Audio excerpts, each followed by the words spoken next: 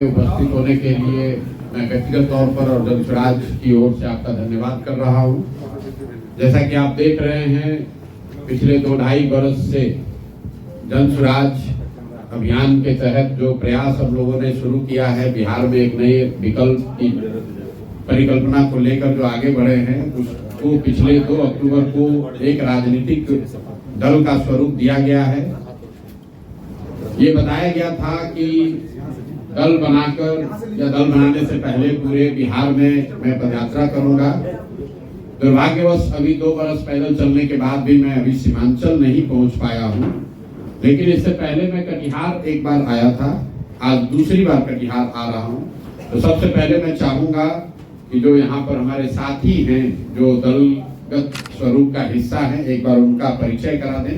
सत्यनारायण शर्मा जी, अगर आप एक बार सबका एक सिरे से परिचय करा दें, उसके बाद हम लोग प्रेस की प्रक्रिया को शुरू करेंगे। सर के बगल में बैठे हुए हैं कटिहार के पूर्व जिला पदाधिकारी, पूर्व अनुमंडल पदाधिकारी श्री ललन जी साहब। उनके बगल में है 3 बार के मुखिया, वर्तमान कटिहार जिला जन स्वराज पार्टी के जिलाध्यक्ष मंसूर साहब।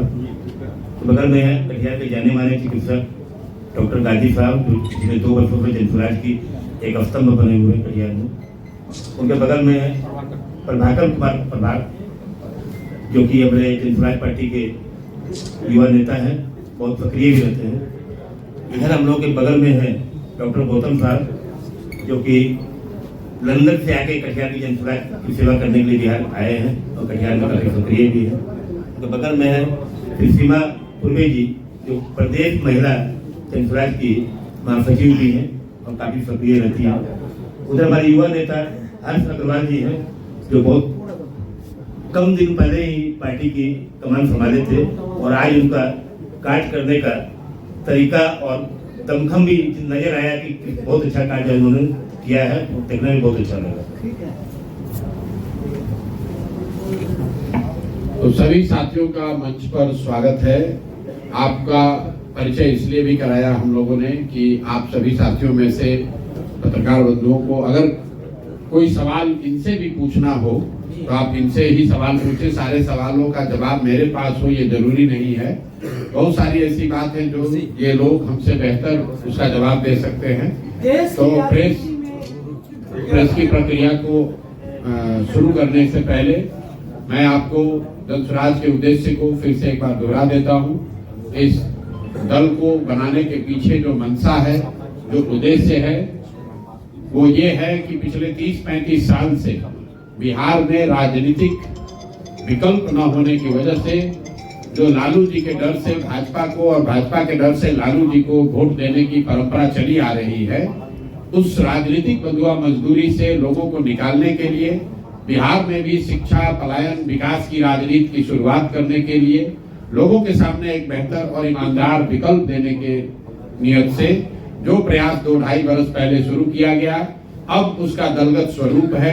पूरे राज्य में उस दल का संगठन है और हम लोगों ने घोषणा की है कि आने वाले विधानसभा चुनाव में पूरे के पूरे 243 सीटों पर जन स्वराज अपने दम पर अपने साथियों के साथ मिलकर चुनाव लड़ेगा। जनता के सामने एक ईमानदार और सशक्त विकल्प रखेगा, ताकि लोग मजबूरी में जानते समझते हुए भी गलत व्यक्ति को वोट देने की जो उनकी परंपरा रही है उससे बाहर निकल सके और बिहार में भी शिक्षा और रोजगार की बात हो, एक नया राजनीति की शुरुआत हो। इस नियत से इस चीज को शुरू किया गया है और उसी के तहत मैं आज यहाँ कटिहार में आया हूँ। बनिहारी में मेरी सभा है। कल हम लोग पूर्णिया और अररिया में थे। बनमनखी में मेरी एक सभा थी, अररिया में इफ्तार था और उसके बाद पूर्णिया शहर में प्रबुद्ध लोगों के साथ एक बैठक थी।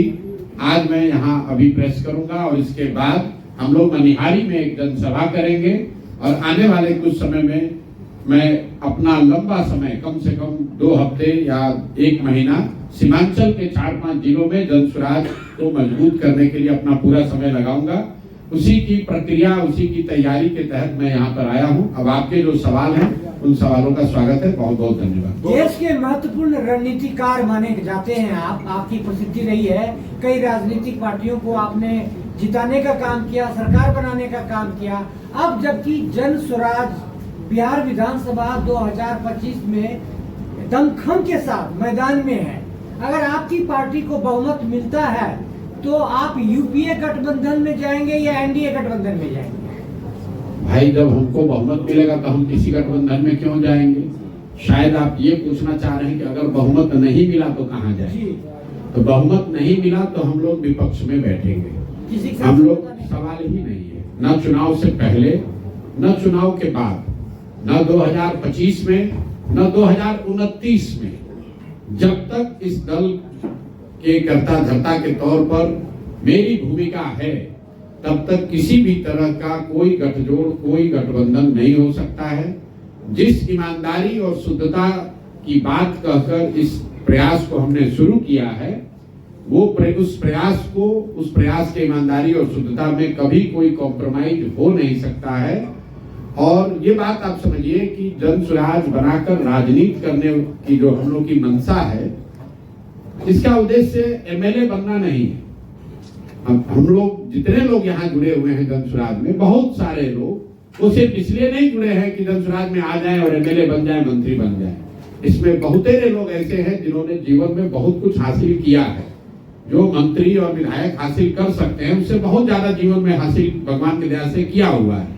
हम लोग आकर वापस इसलिए यहाँ ये शुरू किए हैं कि बिहार में एक नई राजनीतिक व्यवस्था को बनाया जाए, बिहार की मिट्टी का कर्ज है उसको अदा किया जाए। मंत्री और विधायक बनना हमारा उद्देश्य नहीं है। बिहार में व्यवस्था परिवर्तन हो, बिहार भी अन्य राज्यों की तरह विकास के रास्ते पर चले। अगर उस उद्देश्य से राजनीति शुरू किए हैं तो ये हमारे लिए महत्व का विषय नहीं है कि कितना सीट जीत कर आएंगे। जरूर अपनी ओर से सारा प्रयास, सारी ताकत लगाई जाएगी। जनता को अगर बात समझ में आए, जनता ने आशीर्वाद दिया तो जो जन स्वराज की परिकल्पना है उसके आधार पर नई व्यवस्था का निर्माण होते आप देखेंगे बिहार में। लेकिन अगर किसी वजह से सफलता न भी मिले तो भी चाहे 5 वर्ष लगे, 10 वर्ष लगे, जन स्वराज में हम लोग पीछे हटने वाले नहीं हैं। किसी तरह का वैचारिक या व्यवहारिक, मैं फिर से दोहरा देता हूं, ना वैचारिक ना व्यवहारिक किसी तरह का कोई डाइल्यूशन, कोई गठबंधन नहीं होगा। शुद्धता और ईमानदारी इसकी मूलधन हम लोग का वही है और उसको हम लोग खोकर आगे राजनीति नहीं करना चाहते हैं। इसलिए जन स्वराज अपने दम पर ही चुनाव लड़ेगा, अपने विचार, अपने प्रयास के आधार पर चुनाव लड़ेगा। और हम लोग को विश्वास है कि बिहार की जनता जो 30-35 साल से विकल्प ढूंढ रही थी, उसको जन स्वराज में वो नया विकल्प दिखेगा। सर, नीतीश कुमार ने फिर बोला है कि आप पलटी नहीं मारेंगे और अमित शाह भी आ रहे हैं आज, तो क्या कहना चाहेंगे इस पे आप? तो नीतीश कुमार पलटी नहीं मारेंगे ये कोई नया बयान तो है नहीं। तो हर 6 महीना पर ये बयान देते हैं और फिर पलट जाते हैं, फिर कहते हैं कि नहीं पलटेंगे। नीतीश कुमार पलटी मार है ये खबर नहीं है। खबर ये है या विचार योग्य बात ये है कि क्या नीतीश कुमार अकेले पलटी मार हैं कि राजद और भाजपा वाले भी बिहार में पलटी मार हैं? नीतीश कुमार पलटी इसलिए मार पा रहे हैं क्योंकि दूसरे दल भी उनके साथ पलटी मारने को तैयार है। आपको याद होगा जब पिछली बार नीतीश कुमार महागठबंधन में गए थे तो जिस अमित शाह की आप बात कर रहे हैं, यही अमित शाह आकर कहे थे कि नीतीश कुमार के लिए अब दरवाजे बंद हैं। तो जो मजाक में लोग कहते हैं कि अमित शाह दरवाजा तो बंद किए थे, शायद चिटकिनी लगाना भूल गए थे। फिर नीतीश कुमार के साथ गलबैया कर रहे हैं। जो तेजस्वी यादव चिल्लाकर 2 साल तक नीतीश कुमार को पलटू चाचा कह रहे थे, जब नीतीश कुमार पलटकर उनके पास गए तो उनको फिर वो विकास पुरुष बताने लगे। तो ये पलटी मार राजनीति से बिहार का जो नुकसान हुआ है उससे निकलने का एकमात्र तरीका है जन स्वराज। और अमित शाह बिहार आ रहे हैं ये कोई खबर थोड़ी ना है। अब खबर ये है कि आगे चुनाव है नवंबर में, तो अभी से लेकर नवंबर तक अमित शाह और मोदी जी को बिहार ही दिखेगा। बिहार की चिंता सताएगी, सारे केंद्र की योजनाओं की घोषणा बिहार से होगी। बिहार में विक्रमशिला और नालंदा भी कभी था, इसकी चर्चा होगी।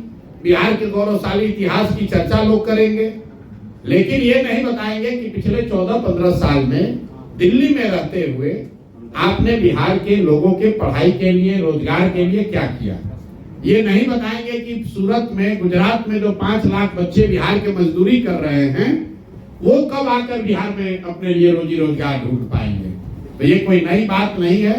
जहाँ ये पिछले 10 साल से हम लोग देख रहे हैं, मोदी शाह जहां चुनाव होता है वहीं पर ये लोग कैंप करते हैं, वहीं पर आते हैं। अब जैसे बिहार में चुनाव खत्म होगा इनको बंगाल और तमिलनाडु दिखने लगेगा।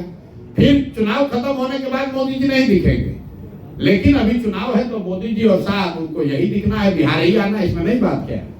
सर एक सवाल है कि बीजेपी को लेकर जदयू गठबंधन और कांग्रेस आरजेडी गठबंधन दोनों में से किसी एक को चुनना हो तो आप किसे चुनेंगे? किसी को नहीं चुनेंगे। मैंने आपको बता दिया कि भाई बिहार में 243 सीट है, हम लोग 243 सीट लड़ रहे हैं, तो आप बताइए कि किसके साथ गठबंधन हो सकता है? सीट तो बढ़ नहीं सकता है। तो जब हम सीट छोड़ने को तैयार ही नहीं है तो कैसे गठबंधन होगा? आपने कहा चुनाव के बाद क्या कीजिएगा, तो चुनाव के बाद हमारा पूरा विश्वास है कि दल स्वराज को अपने दम पर बहुमत मिलेगा। आप कहिएगा नहीं मिलेगा, मैं कह रहा हूं अगर नहीं भी मिलेगा तो विपक्ष में बैठेंगे, क्या दिक्कत है?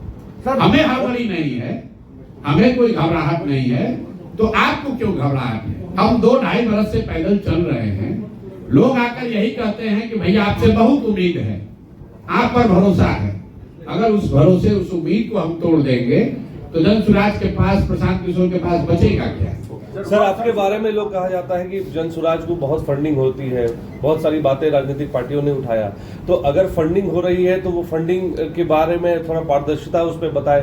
दूसरा ये कि क्या यही वजह है कि आपके यहाँ ईडी सीबीआई का रेट नहीं हो रहा है, इसीलिए विपक्षी पार्टियां कहती है कि आप भाजपा की बी टीम है? पहली बात जो आपने दूसरा सवाल पूछा कि सोनिया गांधी पर ईडी सीबीआई का रेड हुआ है, क्या सोनिया गांधी पर ईडी सीबीआई का रेड हुआ है? नहीं, कांग्रेस के और लोग। मेरी बात सुन लो भाई, आपका अगर तर्क ये है कि जिस पर भी ईडी सीबीआई का रेड न हो वो भाजपा का बी टीम है, तब तो सोनिया गांधी पर भी ईडी सीबीआई का रेड नहीं हुआ है, प्रियंका गांधी, राहुल गांधी के घर पर भी छापा नहीं पड़ा है, तो क्या भाजपा की बी टीम है? भाजपा की बी टीम है, ये कौन कह रहा है? ये राजद वाले कह रहे हैं। स्वाभाविक है, उनका वोट खिसक रहा है। जो मुसलमानों को भाजपा का डर दिखाकर पिछले 30-35 साल से राजद वाले उनका शोषण कर रहे हैं, अब उनको ये डर सता रहा है कि हमारे लालटेन में जिन मुसलमानों की खून पसीने को किरासन तेल बनाकर आप जला रहे हैं, अपने घर में रोशनी कर रहे हैं, वो मुसलमानों को, उन साथियों को आज एक नया विकल्प जन स्वराज में मिल गया। मैं ये नहीं कह रहा हूं कि सारा मुसलमान जन स्वराज में आ गया है, लेकिन मुसलमानों के सामने एक विकल्प, एक रास्ता खुल गया। अब इसको रोकने के लिए राजद के पास कुछ कहने के लिए है नहीं। राजद के लोग ये तो कह नहीं सकते हैं कि हम लोगों ने मुसलमानों के लिए, विकास के लिए क्या किया। वो तो ये नहीं कह सकते हैं कि हमने उनके बच्चों को पढ़ाने के लिए, उनके रोजगार के लिए क्या किया। ये नहीं कह सकते हैं कि हमने मुसलमानों को राजनीतिक हिस्सेदारी, भागीदारी दी। तो अब उन मुसलमानों को भ्रमित करने के लिए वो क्या कहेंगे? यही कहेंगे कि भैया उधर मत जाओ, जैसे भाजपा से डरा रहे थे वैसे जन स्वराज से डरा रहे। मुसलमान क्यों डरे उनसे? अगर आप जो कह रहे हैं कि ये भाजपा की बी टीम है, तो मुसलमानों को इसका जजमेंट करने दीजिए। जब मुसलमानों पर सबसे बड़ा संकट आया सीए एनआरसी का, तो तेजस्वी यादव गए थे लड़ने, कि राहुल गांधी गए थे, कि अखिलेश यादव गए थे? कौन गया था? सीए एनआरसी की लड़ाई इसी प्रशांत किशोर ने ममता बनर्जी के साथ मिलकर बंगाल में लड़ी थी। और जिस नीतीश कुमार की आप बात कर रहे हैं, ये सीए एनआरसी कानून बनाने के पक्ष में इस आदमी ने वोट किया था। जैसे आज वक्फ का कानून बनाने के पक्ष में नीतीश कुमार वोट कर रहे हैं, उसी तरह सीए एनआरसी के पक्ष में भी इन्होंने वोट किया था। उसके विरोध में मैंने अपना सब कुछ जदयू में छोड़ा था। यहाँ कोई मुखिया ही नहीं छोड़ता है। यहाँ बिहार में दूसरे नंबर की सबसे ताकतवर जगह पर हम बैठे हुए थे, सीए एनआरसी के लिए हमने वो छोड़ा है। और आप कह रहे हैं कि हम भाजपा के भी टीम है, तो भैया मुसलमानों को इसका निर्णय लेने दीजिए। हम कोई हिंदू मुसलमान की अगड़े पिछड़े की राजनीति करते नहीं है। हम लोग बिहार की राजनीति कर रहे हैं, बिहार के बच्चों की बात कर रहे हैं, उनके शिक्षा और रोजगार की बात कर रहे हैं। जिसको अच्छा लगे वो जुड़े, जिसको अच्छा ना लगे उसको कोई बात नहीं, हो जिसके साथ रहना चाहता है रहे। सड़क पर नमाज को लेकर राजनीति हो रही है सर, क्या कहेंगे? कहाँ पर राजनीति हो रही है? सड़क उत्तर प्रदेश में। उत्तर प्रदेश में हो रही है। हम लोग कटिहार में बैठे हैं। उत्तर प्रदेश में किस तरह की सरकार है, योगी जी किस तरह की सरकार चलाते हैं, वो उनकी पूरी राजनीति ही हिंदू मुस्लिम के आधार पर है। योगी जी की सरकार ही इसी पर चलती है कि मुसलमानों को डराओ, हिंदुओं को लड़ाओ। तो स्वाभाविक है कि ये तो काम करेंगे ही करेंगे, इसमें नई बात क्या है।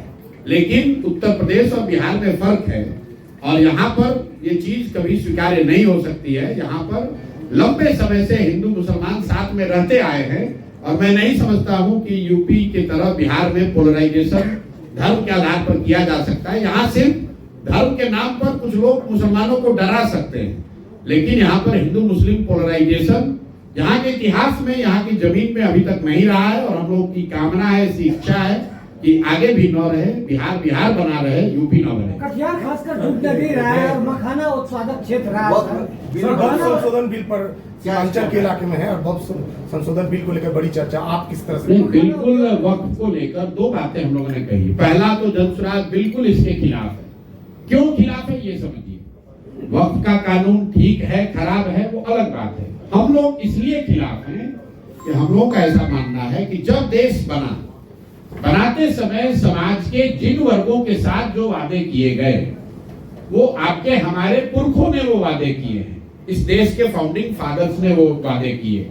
अगर उन्होंने कहा कि देश सेकुलर रहेगा, तो आपके हमारी ये जिम्मेवारी है कि उन वादों के प्रति हम ईमानदार रहें, वादा खिलाफी न करें। अगर संविधान में जो बात कही गई है उसमें कोई परिवर्तन आप लाना चाहते हैं, तो जिस वर्ग को वो परिवर्तन प्रभावित करेगा, उस वर्ग को जब तक आप कॉन्फिडेंस में नहीं लेंगे तब तक वो मान्य नहीं होगा। आप मुसलमानों की बात छोड़िए, किसानों के लिए मोदी जी ने एक कानून बनाया, किसान उससे सहमत नहीं हुए, तो क्या पूरे देश के खिलाफ हैं? कि हम लोग का ऐसा मानना है कि जब देश बनाते समय समाज के जिन वर्गों के साथ जो वादे किए गए, वो आपके हमारे पुरखों ने वो वादे किए हैं। इस देश के फाउंडिंग फादर्स ने वो वादे किए। अगर उन्होंने कहा कि देश सेकुलर रहेगा, तो आपके हमारी ये जिम्मेवारी है कि उन वादों के प्रति हम ईमानदार रहें, वादा खिलाफी न करें। अगर संविधान में जो बात कही गई है उसमें कोई परिवर्तन आप लाना चाहते हैं, तो जिस वर्ग को वो परिवर्तन प्रभावित करेगा, उस वर्ग को जब तक आप कॉन्फिडेंस में नहीं लेंगे तब तक वो मान्य नहीं होगा। आप मुसलमानों की बात छोड़िए, किसानों के लिए मोदी जी ने एक कानून बनाया, किसान उससे सहमत नहीं हुए, तो क्या पूरे देश में उसका विरोध नहीं हुआ? क्या किसानों पर बनाए गए कानून को उनको वापस नहीं लेना पड़ा? इसलिए हम लोग वक्फ के खिलाफ में हैं, क्योंकि ये वादा खिलाफी है उन मुसलमान भाइयों के साथ, वादा खिलाफी है जिनको देश के बनते समय ये वादा किया गया कि भाई आपके इन चीजों के साथ छेड़छाड़ नहीं की जाएगी या देश सेकुलर बना रहेगा। तो हम लोग हर परिवार में भी कहते हैं कि अपने बाप दादा के कहे हुए बात का सम्मान करना, ये ही सनातन धर्म की रिवायत है, मुसलमानों की तो कोई बात ही नहीं है इसमें।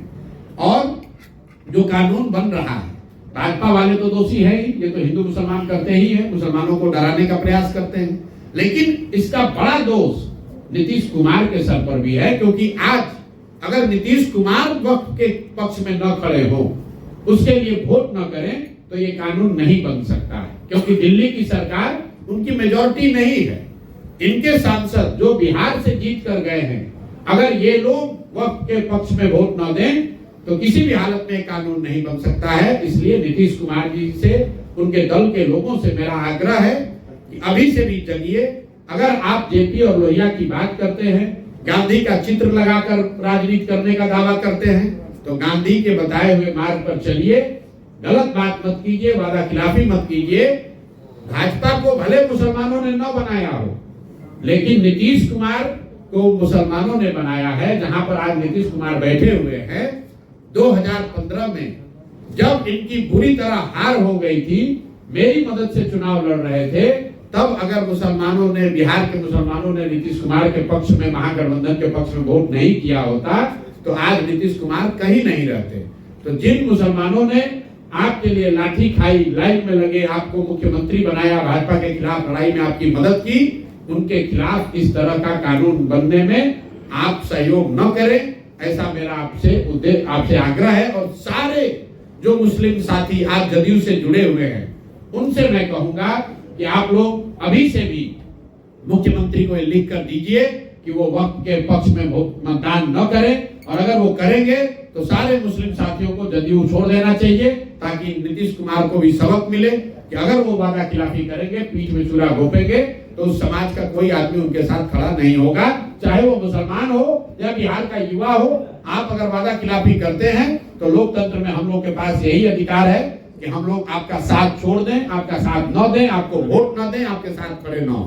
सर, आपके ब्रोशर में 2000 रुपए देने की बात महिलाओं को की गई, युवाओं को भी आप सहायता राशि देने की बात करते हैं। बात होती है कि सरकार, केंद्र सरकार पर वर्ल्ड बैंक का बहुत सारा लोड है, ऐसे में आपकी क्या रणनीति है? कैसे आपने कभी पढ़ाई नहीं कि हम लोग क्या कह रहे हैं? हम लोग ये कह रहे हैं कि 15 साल से कम उम्र के बच्चों को हम लोग विश्व स्तरीय पढ़ाई की व्यवस्था करेंगे। हम लोग कोई फ्री में कुछ देने की बात नहीं कर रहे हैं। दूसरी बात हम लोग कह रहे हैं कि 15 साल से 50 साल के उम्र के लोगों को हम लोग बैंकों के माध्यम से पूंजी की व्यवस्था करेंगे और सब्सिडाइज रेट पर, सरकारी गारंटी पर 4% ब्याज पर लोगों को पूंजी उपलब्ध कराएंगे ताकि लोग रोजी रोजगार कर सके। उनको भी कुछ फ्री में नहीं दे रहे हैं। सिर्फ और सिर्फ 60 साल से ज्यादा उम्र के लोग, महिला पुरुष या दिव्यांग और जो विधवा हैं, जो लोग वापस जाकर पढ़ाई नहीं कर सकते हैं, रोजी रोजगार नहीं कर सकते हैं, उनको हम लोग 400 रुपए जो पेंशन मिलता है उसको बढ़ाकर 2000 रुपए करने की बात कर रहे हैं। तो बिहार के, एक मिनट, बिहार का बजट है 3 लाख करोड़ रुपया।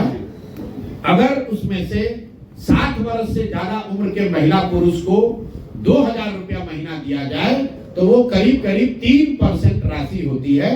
तो हम लोग की अपनी सोच ये है कि 3 लाख करोड़ रुपए के बजट में बिहार के वृद्ध लोगों का या असहाय लोगों के लिए 3% राशि अगर खर्च की जा रही है तो वो गलत नहीं है।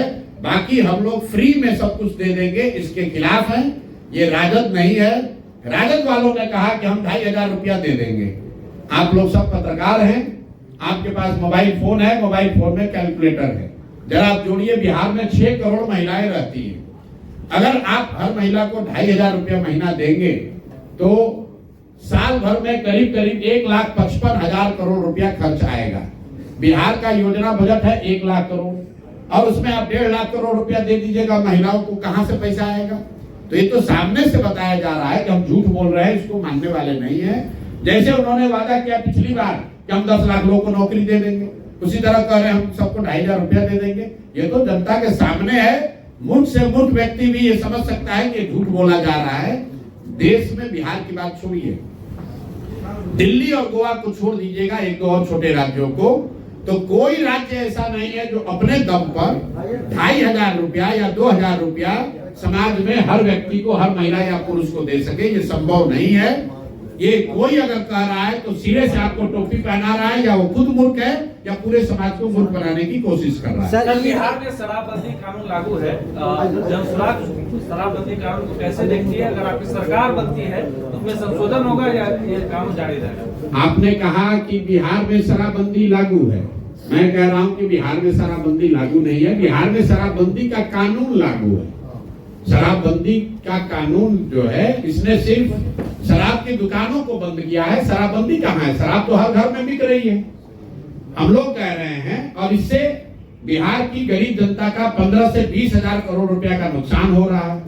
और समाज के सब, और ये पैसा जा कहाँ रहा है? ये पैसा जा रहा है भ्रष्ट अधिकारियों के पास, शराब माफिया के पास, नेताओं के पास। और जिन महिलाओं के नाम पर इसको बनाया गया है, सबसे ज्यादा कष्ट भी उन्हीं महिलाओं को है।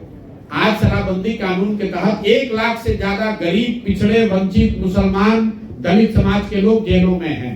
उन घर के महिलाओं की स्थिति जाकर देखिए क्या हो रही है। जितने पैसे वाले लोग हैं वो कोई शराबबंदी में जेल में नहीं है। 1 लाख से ज्यादा लोग जेल में हैं। कौन लोग हैं ये? उन घरों की महिलाओं की स्थिति क्या हो रही है? जो लाखों लोग जहरीली शराब पीकर जिनका लीवर खराब हो रहा है, गरीब लोगों का, हजारों लोग जिनकी मृत्यु हो गई, उनकी चिंता कौन करेगा? इसीलिए जनसुराज ने कहा कि ये ढकोसलाबाजी नहीं चलेगा। शराबबंदी अगर जनसुराज की सरकार बनती है तो 1 घंटे में हटा लिया जाएगा। आप देखिए कितना बड़ा धोखा हो रहा है बिहार के साथ। आप लोग सब पत्रकार हैं, भाजपा के नेताओं से जरा आप लोग पूछिए कि भाई अगर शराबबंदी इतना ही अच्छा है तो ये बढ़िया वाला मिठाई खाली बिहार को ही क्यों खिलाया जा रहा है? यूपी में भी लागू कर दीजिए। देश में मोदी जी की सरकार है, पूरे देश में लागू कर दो शराबबंदी। क्या देश की महिलाओं का एम्पावरमेंट नहीं होना चाहिए? अगर शराबबंदी से बिहार की महिलाओं को फायदा हो रहा है, डोमेस्टिक वायलेंस कम हो रहा है, जैसा सरकार दावा कर रही है या भाजपाई नेता दावा कर रहे हैं, तो उनसे जरा पूछिए कि भैया इतना बढ़िया अगर है तो योगी जी से बोल के यूपी में भी इसको लागू कर दो, मोदी जी को बोलो कि पूरे देश में लागू कर दे। बिहार के लोगों को इतनी भी नहीं समझ है कि अगर शराबबंदी से फायदा होता तो भाई दूसरे राज्यों में भाजपा वाले इसको क्यों नहीं लागू कर रहे हैं? ये अच्छी वाली मिठाई बिहार के लोगों के लिए क्यों बचा के रखा गया? इसलिए हम लोग बिल्कुल इसको सिरे से खारिज करते हैं। ये ढकोसलाबाजी है, पैसा कमाने का रास्ता है और गरीब लोगों का इससे शोषण हो रहा है, बिहार का नुकसान हो रहा है। इसलिए वोट मिले न मिले, चाहे जितना दबाव हो, हम लोग स्पष्ट कर रहे हैं कि सरकार बनी तो 1 घंटे में ये ढकोसला वाला शराबबंदी का कानून हटा दिया जाए। सर ईद को लेकर जातीय राजनीति हैं? देश की गिनती अर्थव्यवस्था जी छोटे बच्चे दिल्ली पंजाब में काम करते हैं, जी, ये कब रुकेगा? जन स्वराज की सरकार बनी तो साल भर में मजबूरी में किया जाने वाला पलायन रुक जाएगा। कैसे रुकेगा ये भी बताया कि पूंजी के पलायन को रोककर बुद्धि का पलायन रोका जाएगा, और जिस दिन पूंजी और बुद्धि का पलायन बिहार से रुक गया उस दिन श्रम का पलायन अपने आप रुक जाएगा। पूंजी के पलायन को रोकने के लिए जो जानकारी आपको दे रहे हैं, बिहार में हर साल बिहार के बैंक 2 लाख करोड़ रुपया से ज्यादा पैसा जो बिहार के लोगों का है वो दूसरे राज्यों में ट्रांसफर कर रहे हैं। ये पूंजी का पलायन है। आप यहाँ से लोग जाते हैं वो आपको दिखता है, बैंकों से लाखों करोड़ रुपया बिहारियों का जो दूसरे राज्य में जा रहा है वो आप नहीं देख रहे हैं। पिछले वर्ष 2,60,000 करोड़ रुपया यहाँ के बैंकों ने बिहार से दूसरे राज्य में भेजा है। तो पूंजी का पलायन जिस दिन रुकेगा तब बिहार से पलायन रुकेगा। दूसरी बात, पलायन रोकने के लिए हम लोग क्या कह रहे हैं कि मनरेगा को कृषि से जोड़ा जाएगा, ताकि कृषि आधारित जो मजदूर हैं, एक और मजदूर हरियाणा पर पंजाब में जाकर खेती कर रहे हैं और दूसरी ओर यहाँ खेती करने वाले लोगों को मजदूर नहीं मिल रहे हैं। तो हम लोग ये कह रहे हैं कि मनरेगा के किसान को, मनरेगा के तहत मजदूर को किसानी करने वाले से जोड़ा जाएगा। आप देख रहे हैं कि बिहार में मखाने की खेती हो रही है, उसमें मजदूरों की बहुत बड़ी संख्या की जरूरत है। तो जो भी किसान धान गेहूं की खेती छोड़कर नगदी फसल की खेती करेगा, प्याज उगाएगा, आलू उगाएगा, लहसुन उगाएगा, मखाना उगाएगा, मसाला उगाएगा, उसको मनरेगा के तहत मुफ्त मजदूर दिए जाएंगे, ताकि यहाँ से कृषि आधारित मजदूरों का पलायन रुके। और तीसरी बात जो मैंने आपको बताया कि बिहार में अगले 5 वर्ष के लिए कम से कम हम लोग को विशेष राज्य का दर्जा नहीं चाहिए, हम लोग को किसी से मदद भी नहीं चाहिए। बिहार सरकार के पास इतना पैसा है कि अगर हम लोग 4% ब्याज पर यहाँ पर घर घर लोगों को लोन उपलब्ध करा दे तो बिहार के लोगों में वो ताकत है, मेहनत करने का जज्बा है, घर घर में रोजी रोजगार होगा, उससे पलायन रुकेगा। तो ये 3 चीज बता रहे हैं, बैंकों के द्वारा किया जाने वाला पूंजी का पलायन रोकना, दूसरी बात मनरेगा को कृषि से जोड़ना, और तीसरी बात बिहार में रोजगार करने के लिए 4% सालाना ब्याज पर सरकारी गारंटी पर लोन मुहैया कराना, ताकि घर घर में रोजी रोजगार हो सके, तभी बिहार में पलायन रुकेगा। सर ईद को लेकर सब बातें मोदी को कैसे देखते हैं सर आप? चुनाव के दौरान अदर पार्टियों से राजनीतिक दल के लोग स्वराज में भी आ रहे हैं और अन्य पार्टी में जा रहे हैं। जो आपके पास जो स्वराज में जो अन्य दलों से जो आ रहे हैं उसमें कई दागी लोग भी हैं जो स्वराज में भी इन कर चुके, वहाँ के अपने कार्यकर्ता शो कर रहे हैं। इस तरह के नेता कार्रवाई करेंगे। शुरू से ये बात बताई गई, इस पर बहुत चर्चा हुई है कि क्या जन स्वराज में दूसरे दलों में रहे हुए लोगों को आने देना चाहिए या नहीं। हम लोगों ने इस पर चर्चा के बाद जो निर्णय लिया कि भाई किसी भी दूसरे दल में रहे हुए व्यक्ति को आने से रोकने का मतलब नहीं है, क्योंकि जैसे वोटर के तौर पर आपके पास विकल्प नहीं था तो भी आप गलत आदमी को वोट दे रहे थे। संभव है कि बहुत सारे राजनीतिक कार्यकर्ता विकल्प न होने की वजह से किसी न किसी दल में थे, आज वो जन स्वराज में आ रहे हैं। आपने कहा कि इनको क्या, आपको ये जरूर बताना चाहिए कि अगर कोई दागी व्यक्ति शराब माफिया, बालू माफिया, क्रिमिनल, अगर उसको जन स्वराज में कोई जिम्मेवारी मिली है तो जरूर आप बताइए। जहां तक टिकटों का सवाल है, मैं आपको स्पष्ट बता देता हूं ऑन रिकॉर्ड, जन स्वराज में 2/3 से ज्यादा लोग, वो लोग चुनाव लड़ेंगे जो कभी जीवन में पहले चुनाव नहीं लड़े हैं, दागी नहीं है, उनका कोई राजनीतिक चरित्र ऐसा नहीं है जिस पर कोई उंगली उठा सके। कुछ लोग अपवाद के तौर पर ऐसे चुनाव लड़ सकते हैं जो पहले राजनीति में सक्रिय रहे या चुनाव लड़े, लेकिन उनकी संख्या बहुत कम होगी और उनमें भी उन्हीं लोगों को अवसर दिया जाएगा जिनके चरित्र पर कोई बड़ा दाग न हो। सौगातें चाहे आप कोई व्यवस्था बनाइए, उसमें ये संभव है कि 2-4 लोग गलत आ सकते हैं, लेकिन आज की जो व्यवस्था है जिसमें ज्यादातर गलत लोग हैं, उसमें 2-4 अच्छे लोग आ भी जाते हैं तो कुछ अच्छा नहीं कर पाते हैं। तो जन सुराज की सोच ये है कि इतने अच्छे लोग जरूर रहे जन सुराज में कि अगर कोई गलत आ भी जाए तो गलत न कर पाए। देश की गिरती अर्थव्यवस्था पर क्या कहना चाहेंगे सर? सर ओवैसी को आप किस रूप में देखते हैं बिहार में? किसको? ओवैसी को? ओवैसी जी को मैं हैदराबाद का, तेलंगाना का नेता जानता हूँ। पिछले बार उनकी पार्टी ने 4 सीट ली थी सीमांचल में उनकी। भाई जब देखिए, मैं बार बार आपको कहता हूँ, बिहार के एक बड़े तबके में राजद, जदयू, भाजपा, कांग्रेस से बाहर अलग कोई नए विकल्प की चाहत है। चाहे वो जदयू का समर्थक है, राजद का समर्थक है, भाजपा का समर्थक है, सबके मन में ये बात है कि बिहार में बदलाव होना चाहिए, कुछ नया विकल्प आना चाहिए। वो विकल्प जन सुराज है कि नहीं है, इस पर बहस हो सकती है, लेकिन लोग बदलाव चाहते हैं, नया विकल्प चाहते हैं। ये तो पत्रकार के तौर पर आप भी स्वीकार करेंगे। उसी के तहत पिछली बार बिहार के कुछ क्षेत्रों में ओवैसी साहब लड़ते हुए वो विकल्प के तौर पर दिखे, तो कुछ जगहों पर उनके उम्मीदवारों को वोट मिला। लोकतंत्र है, सबको चुनाव लड़ने का हक है, ओवैसी साहब को भी लड़ने का हक है। आपकी पार्टी से अगर गठबंधन होती है तो क्या उसमें आप सहमत होंगे? ओवैसी की अगर आपकी पार्टी, जब मैंने आपको कह दिया कि गठबंधन हो ही नहीं सकता है, तो 243 सीट है, इसके बाहर कोई गठबंधन होता हो तैयार है तो उससे बात की जाए। क्या चिराग अगर आपके साथ आते हैं तो क्या उनके साथ? अरे भाई, दुनिया में कोई आ जाए, चिराग आए, दीपक आए, लालटेन आए, हाथ आए, कोई सवाल नहीं है। कितनी बार कहें? वो आपको अपना दोस्त, अच्छा मित्र बताते हैं। मेरे बहुत लोग दोस्त हैं, चिराग मेरे दोस्त हैं, सुलझे हुए व्यक्ति हैं, अच्छे व्यक्ति हैं, देश की युवा नेता हैं, बिहार में जात पात से ऊपर उठकर विकास की बात कर रहे हैं, लेकिन उनकी राजनीति अलग है। वो भाजपा के साथ राजनीति करते हैं, हमारी राजनीति अलग है।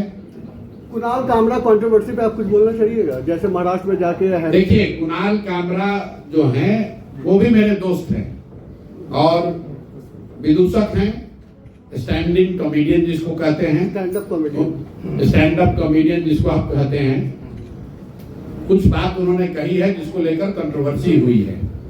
अब जो बात उन्होंने कही है उसकी जांच होने दीजिए, लेकिन जहां तक मैं उस व्यक्ति के बारे में जानता हूं, उनका कोई अल्टीरियर मोटिव नहीं है। वो आदमी, जो लोग ये समझ रहे हैं कि राजनीति करेगा, वो आदमी राजनीति नहीं करेगा। वो आदमी रहता है पुडुचेरी में, और वहां पर ऑर्गेनिक फार्मिंग का काम करते हैं, साथ में कुछ ये स्टैंड अप कॉमेडियन का भी काम करते हैं। उस आदमी के दिल में कोई राजनीतिक विद्वेष वाली बात नहीं है। ये लोग देश को प्यार करने वाले लोग हैं। शब्दों के चयन में कुछ गलती हो सकती है, आप उससे सहमत असहमत हो सकते हैं। अगर उन्होंने शब्दों के चयन में कोई गलती की है तो जो यहाँ का कानून है उसके अनुरूप उन पर कार्रवाई होनी चाहिए, लेकिन वो व्यक्ति देश के या देश के संविधान के प्रति श्रद्धा रखने वाले लोग हैं, इतना तो मैं कह सकता हूँ। सर, सपा सांसद ने एक राज्यसभा में सर सीमांचल के इलाके में, और सीमांचल में शिक्षा, भ्रष्टाचार ये तो मुद्दा है ही, लेकिन चुनाव आते ही कुछ और मुद्दा हो जाता है। घुसपैठ पे चर्चा होती है, लव जिहाद पे चर्चा। अरे भाई, ये अमित शाह आएंगे तो इसके अलावा क्या बात करेंगे? सीमांचल में क्या होगा? चंपारण में भी जाकर यही बात करेंगे, यूपी कुशीनगर में भी जाकर यही बात करेंगे, बंगाल जाएंगे तो यही बात करेंगे। मोदी जी ने जो भाषण राजस्थान में दिया वो सीमांचल में आकर थोड़ी ही न दिया था। क्या आपका भैंस चोरी हो जाएगा? क्या लगता है, ये मुद्दा है या नहीं है? ये भाई देखिए, राजनीति में मुद्दा हो या ना हो, उसको मुद्दा आदमी बनाता है। अब लालू जी आएंगे तो वो भी मुद्दा बनाएंगे, तभी तो मुसलमान डरेगा, तभी तो उनको वोट देगा। जब आपने काम नहीं किया, सीमांचल की इतनी बड़ी मुसलमानों की आबादी लालू जी को, कांग्रेस को वोट देती रही है और उनके बच्चों का कुछ भला नहीं हुआ, तो अब आकर आप क्या कहिएगा? कोई ना कोई कहानी बताइएगा, उनको डराइएगा, उनको बताइएगा कि भाजपा वाले आके तुमको भगाने वाले हैं। भाई, किसी से डरने की जरूरत नहीं है। देश का संविधान है, हर नागरिक को अधिकार है और कोई किसी को डरा नहीं सकता है। हर व्यक्ति को अपने बच्चों के भविष्य के लिए जो सही लगे उसको चुनना चाहिए, उसको आगे वोट देना चाहिए, उसके साथ खड़ा होना चाहिए। बहुत बहुत धन्यवाद भैया, हो गया। सरकारी विद्यालय से पढ़कर हमने अपना जीवन शुरू किया है। माता पिता का आशीर्वाद है, ऊपर वाले की कृपा है, जीवन में कुछ हासिल कर लिए। लोग बताते हैं कि पिछला 10 साल में हमने जिसको सलाह दिया, जिसका हाथ पकड़े, वो सब आदमी जीत के राजा हो गया। आप जैसे मुखिया विधायक बनाते हैं, सांसद को जिताते हैं, वैसे हम 10 बरस तक 1-2 नहीं 10 गो लोगों को मुख्यमंत्री बनाने में कंधा लगाए हैं। लेकिन पिछले 3 बरस पहले हमने उस काम को छोड़ दिया। अब आप कहिएगा कि जिस काम को करके इतना नाम, पैसा, शोहरत कमाए हैं, वो काम छोड़कर बिहार में गली गली पैदल क्यों घूम रहे हैं? काम को इसलिए छोड़े कि 10 बरस बड़े बड़े दल और नेताओं को जिताकर देखा, नेता और दल के जीतने से जनता का जीवन नहीं बदलता। ये आपको हमको लगता है कि मेरा नेता जीत गया, हमारा दल वाला जीत गया, हमारा झंडा वाला जीत गया, हमारा जात वाला जीत गया। भाई जो जीत गया वो जीत के हेलीकॉप्टर पर गया और आप और आपके बच्चे जहां थे वहीं रह गए। इसीलिए 10 बरस में हमको जब ये अनुभव हुआ कि भगवान ने, ऊपर वाले ने अगर ऐसी शक्ति बुद्धि दी है कि जिसको हम सलाह देते हैं, जिसका हाथ पकड़ते हैं, उसका जीवन बदल जाता है, वो आदमी जीत के राजा हो जाता है। तो नेता और दल को तो बहुत जिता लिए, एक बार चल के बिहार की जनता को सलाह देते हैं, आपका हाथ पकड़ते हैं ताकि आपका जीवन भी बदले और आपके बच्चों का भी भविष्य सुधरे। इसलिए ये अभियान शुरू किए हैं। हम वोट नहीं मांगते हैं। यहाँ लोग नेता खड़ा हुआ, बोला हमको वोट दीजिए, प्रशांत किशोर को मजबूत कीजिए। हम आपको बताते हैं हम वोट नहीं मांगते हैं। वोट काहे नहीं मांगते हैं? वोट मांगने वाला तो हर 1-2 बरस पर कोई न कोई आता ही है। जो आता है यही कहता है हमको वोट दे दो, हम आएंगे, सब तुम्हारा काम हो जाएगा। यही सुन सुन के आप पिछला 40-50 बरस में वोट दिए जा रहे हैं। पहले आपने कांग्रेस को जिताया, फिर 15 बरिस गरीब के बेटा लालू जी को राजा बनाए। अभी 18-19 साल से नीतीश बाबू कुर्सी पर बैठे हैं। दिल्ली में हमने आपने मोदी जी को भी जिताकर देख लिया, आपका और आपके बच्चों का जीवन नहीं सुधरा। तब आए हैं कोई प्रशांत किशोर, आप हमारी बात सुनिएगा, हम पर भरोसा करके हमको वोट दीजिएगा। तो इसका क्या गारंटी है कि जीतने के बाद हम आपके साथ धोखा नहीं करेंगे? वोट से पहले तो हर आदमी अच्छे बतियाता है, वोट के बाद आपका गला काटता है। इसीलिए हम वोट नहीं मांगते हैं। अभी 15 मिनट में आपको एक रास्ता बताएंगे, आप उसको सुनिए। अगर आपको अच्छा लगे तो उसको अपनाइए। अगर वो रास्ता आप समझ जाइएगा तो इसके बाद वोट जिसको मन है उसको दीजिए, वोट जिसको मन है उसको दीजिए, लेकिन जो रास्ता बताएंगे वैसे दीजिएगा। तो और कुछ हो या न हो, आपके बच्चों के लिए बढ़िया पढ़ाई और रोजगार यही मनिहारी, कटिहार, बिहार में निश्चित तौर पर हो जाएगा। और अगर न हो, अगर आपके बच्चों के लिए पढ़ाई रोजगार न हो, तो सांसद विधायक का नहीं, मुखिया का नहीं, अपने भाई, अपने बेटा प्रशांत किशोर का गला पकड़िएगा। तो जिसको जिसको ये रास्ता सीखना है, अगले 15 मिनट तक आपको आपस में बात नहीं करना है। हम आपसे 2 सवाल पूछेंगे, उसका आपको जवाब देना है। अपने जगह से हाँ या ना जोर से बोलना है। यही अभी आपको दिखेगा आपके गरीबी बदहाली का कारण, और कैसे इस गरीबी से आप निकल सकते हैं उसका रास्ता भी दिखेगा। सारे लोग, जितने लोग आए हैं, जरा सोच के बताइए, आपके गांव पंचायत में और कुछ हो या न हो, आपके बच्चों के लिए बढ़िया पढ़ाई और रोजगार का व्यवस्था होना चाहिए कि नहीं होना चाहिए? सारे लोगों को हाथ ऊपर उठाकर बताना है। एक एक आदमी हाथ ऊपर उठाइए, जो खड़े हैं उनको भी उठाना है। होना चाहिए कि नहीं होना चाहिए? जोर से बोलो भाई, होना चाहिए कि नहीं होना चाहिए? जोर से बोलिए, होना चाहिए कि नहीं होना चाहिए? होना चाहिए। हम नहीं बोले हैं, हमने नहीं सिखाया। आपने देखा मनिहारी के जितने लोग आए हैं, आप चाहे पढ़े लिखे हैं या अनपढ़, हिंदू हैं या मुसलमान, गरीब हैं या अमीर, महिला हैं या पुरुष, युवा है या बुजुर्ग, अगड़े हैं या पिछड़े, सब ने कहा कि न भैया पढ़ाई या रोजगार तो होना ही चाहिए। किसी प्रशांत किशोर का जरूरत नहीं है। आपको ये बात पता है कि अगर आपके बच्चे के लिए पढ़ाई या रोजगार हो जाए तो कोई मुखिया बने, कोई विधायक बने, लालू बने, नीतीश बने, मोदी बने कि प्रशांत किशोर बने, अगर आपके बच्चे के लिए पढ़ाई रोजगार हो जाए तो आपका जीवन सुधर जाएगा। ये बात आपको पहले से पता है। अब आपको दिखाते हैं कि आपकी बर्बादी बदहाली का कारण क्या है। सारे लोग एक बार जरा अपने अपने बच्चों का चेहरा याद कीजिए, अपने अपने बच्चों का जरा चेहरा याद कर लीजिए और अपने बच्चों के नाम पर ईमानदारी से बताइए, आप में से किसने अपने बच्चों के पढ़ाई रोजगार के लिए एक बार भी वोट दिया है? देखिए अपना पूरा मनिहारी का जनता को देखिए। चुप। अभी कितना जोर से बोले हैं, ए भैया पढ़ाई या रोजगार होना चाहिए। आप नेता को गाली दे रहे, कोई मुखिया को कह रहा है, कोई लालू को, कोई नीतीश को, कोई मोदी को।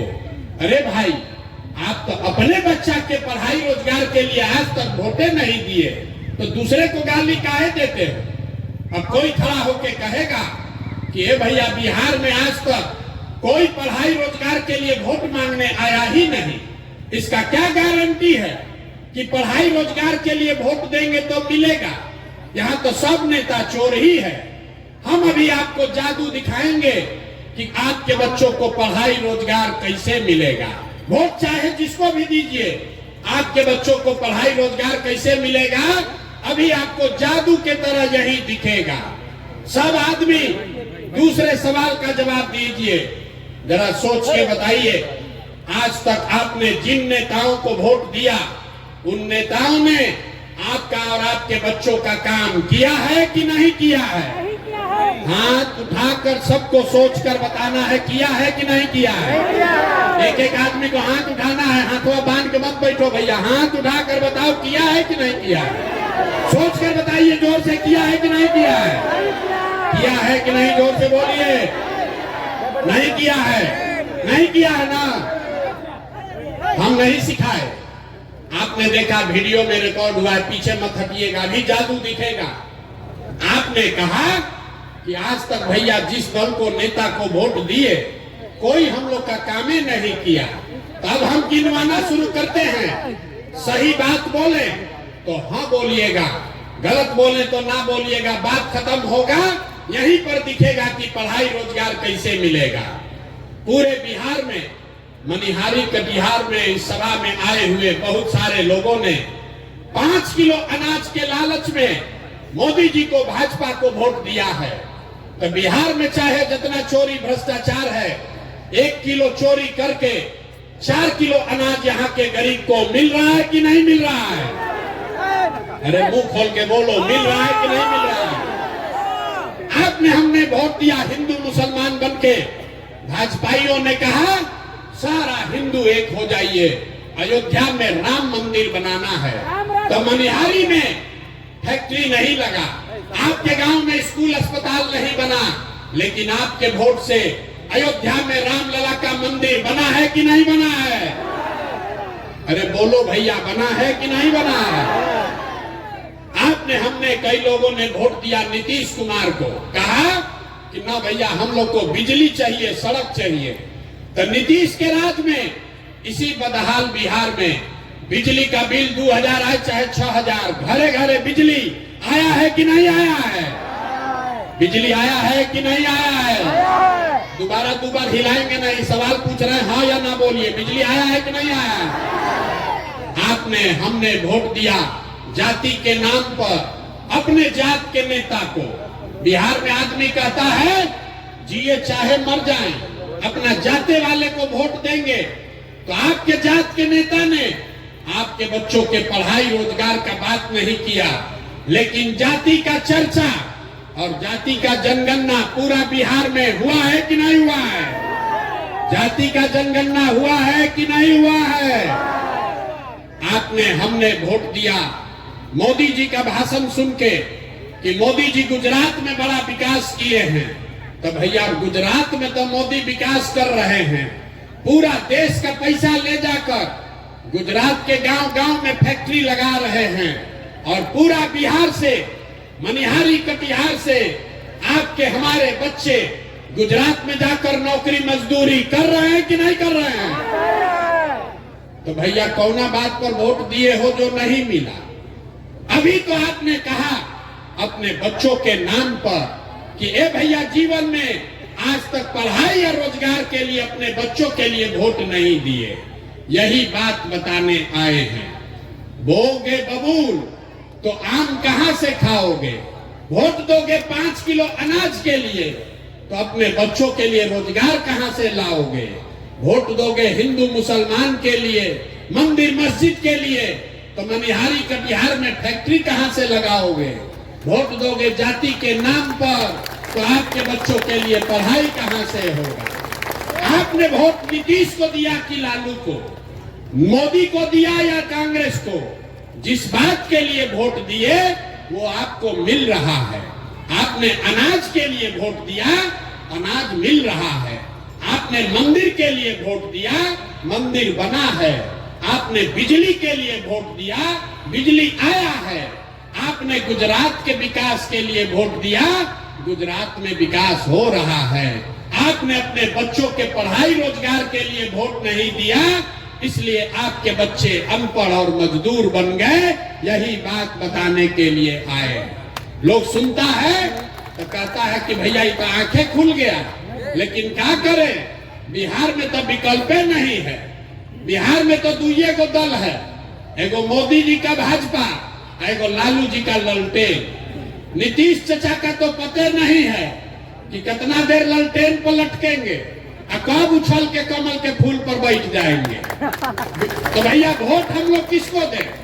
जिसको यहाँ पर इतने लोग बैठे हैं, जितने मुसलमान भाई लोग हैं, ये लोग भाजपा के डर से लालू जी के ललटेन में किरासन तेल बन के जल रहा है। और जितना हिंदू भाई लोग हैं, ये लोग लालू जी के जंगल राज के डर से नीतीश चचा का भाजपा को वोट दे रहे हैं। लोगों ने कहा विकल्प नहीं है, तो आपका भाई, आपका बेटा प्रशांत किशोर 2 बरस बिहार में पैदल चला और पूरे बिहार से 1 करोड़ लोगों को इकट्ठा करके एक नया विकल्प बनाया, जिसका नाम है, नाम क्या है?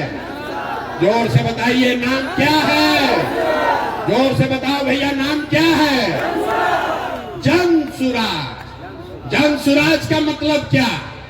सुराज मतलब सुंदर राज। किसका सुंदर राज? आपने कांग्रेस का सुंदर राज देख लिया, लालू का राज देख लिया, नीतीश का राज देख लिया, मोदी का राज देख लिया।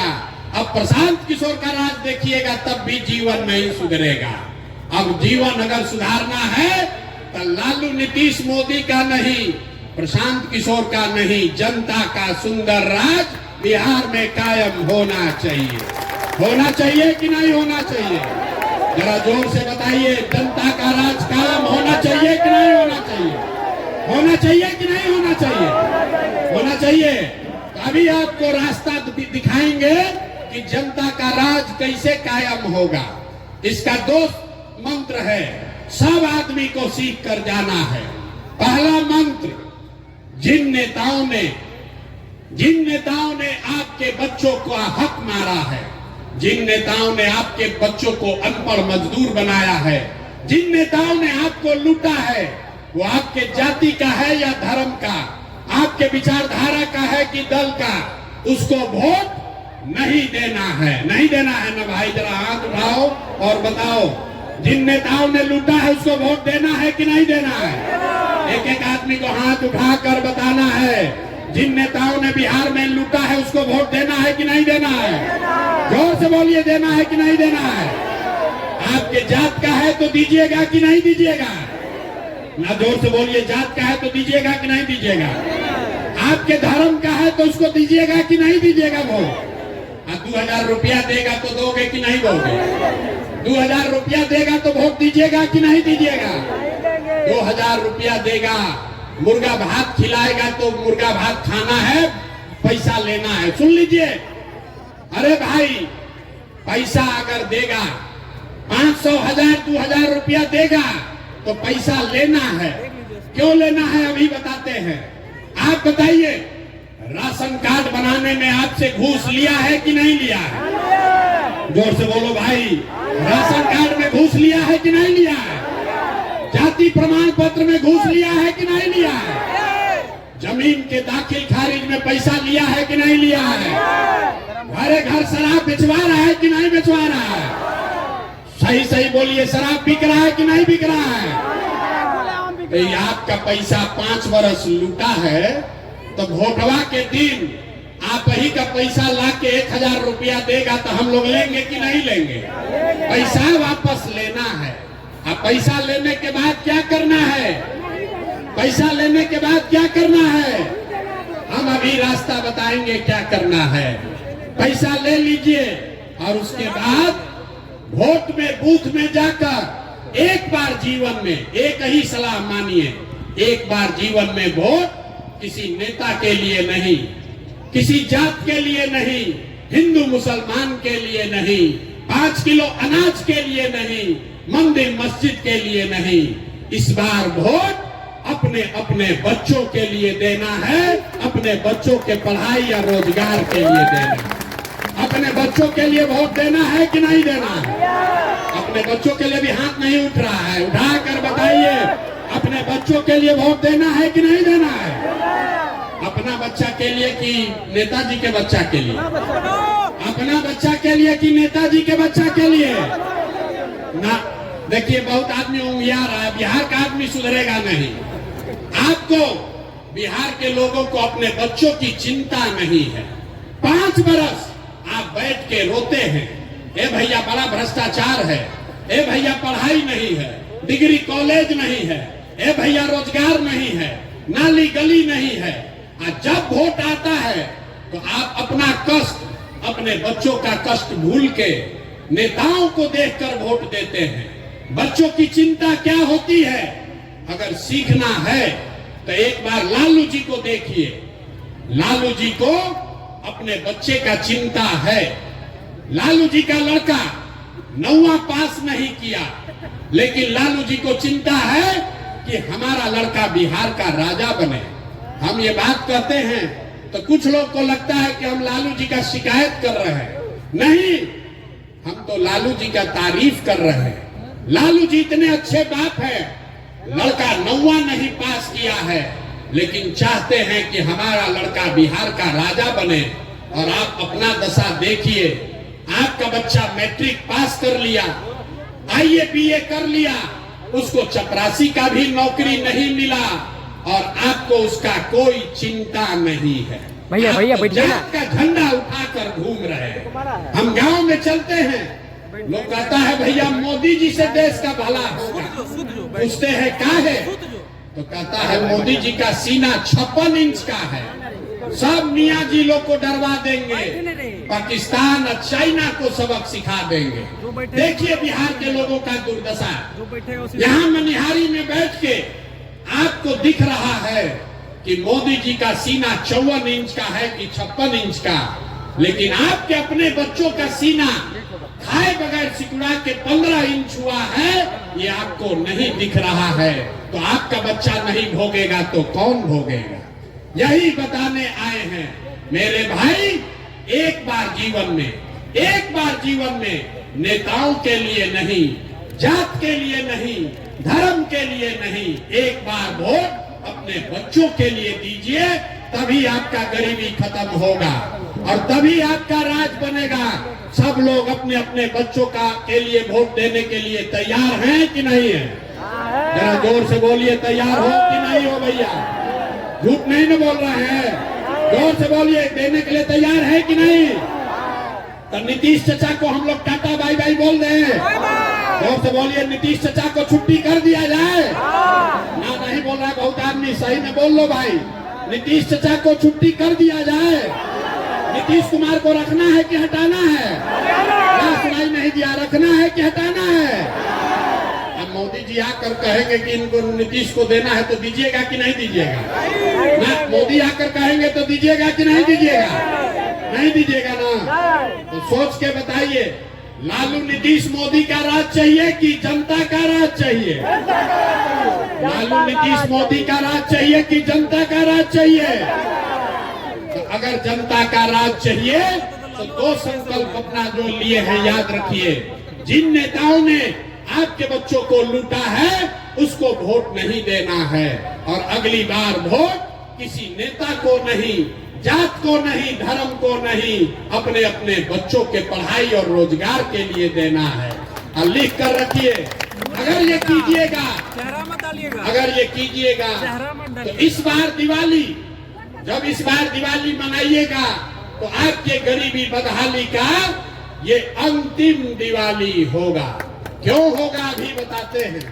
क्योंकि दिसंबर 2025 से जब ये जन सुराज, जनता का राज बनेगा, तो दिसंबर 2025 से जितना लोग का उम्र 60 वर्ष से ज्यादा है, जिसको नीतीश कुमार 400 रुपया पेंशन भीख दे रहा है, तो दिसंबर 2025 से आपको 400 रुपया नहीं 2000 रुपया महीना पेंशन मिलने लगेगा। आपकी गरीबी दूर होगी कि नहीं होगी? जोर से बताइए, होना चाहिए कि नहीं होना चाहिए?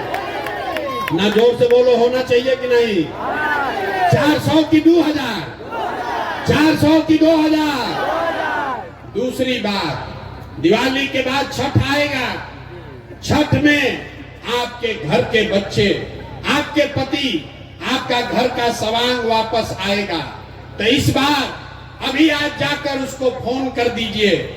जब आपका पति, आपका बेटा, आपका भाई इस बार छठ में घर आएगा, तो छठ के बाद उसको 10-12 हजार रुपया के रोजी रोजगार के लिए अब अपना घर परिवार कटिहार मनिहारी छोड़कर बिहार से बाहर नहीं जाना पड़ेगा।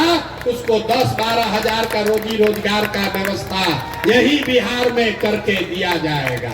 होना चाहिए कि नहीं होना चाहिए? जरा मनिहारी के जनता हाथ उठाकर बताइए, होना चाहिए कि नहीं होना चाहिए? जोर से बताइए, होना चाहिए कि नहीं होना चाहिए? अंतिम बात, 2000 रुपया मिलने से जीवन नहीं सुधरेगा, 10,000 के मजदूरी से भी जीवन नहीं सुधरेगा। इसलिए जब जनता का राज बनेगा तो जिसका जिसका बच्चा 15 साल से कम उम्र का है, इसको लिख लीजिए, अपने आंचल में बांध लीजिए। जिसका जिसका बच्चा 15 साल से कम उम्र का है, गरीब का बच्चा, जब तक सरकारी स्कूल नहीं सुधरेगा, आप अपने बच्चे को प्राइवेट स्कूल में भेजिए, अंग्रेजी स्कूल में पढ़ाइए, और प्राइवेट स्कूल का फीस खर्चा सरकार के ओर से भरा जाएगा, ताकि गरीब से गरीब का बच्चा भी अंग्रेजी स्कूल में पढ़ सके। अपने बच्चों को अंग्रेजी स्कूल में पढ़ाना चाहते हैं कि नहीं चाहते हैं? अगर चाहते हैं तो हाथ उठाकर बताइए, हथवा उठाना है। अपने बच्चों को पढ़ाना चाहते हैं कि नहीं पढ़ाना चाहते हैं? तो आप सब बात सुन लिए, सोचकर बताइए, आपको अपने बच्चों के लिए बढ़िया पढ़ाई चाहिए कि अपने जात का नेता चाहिए?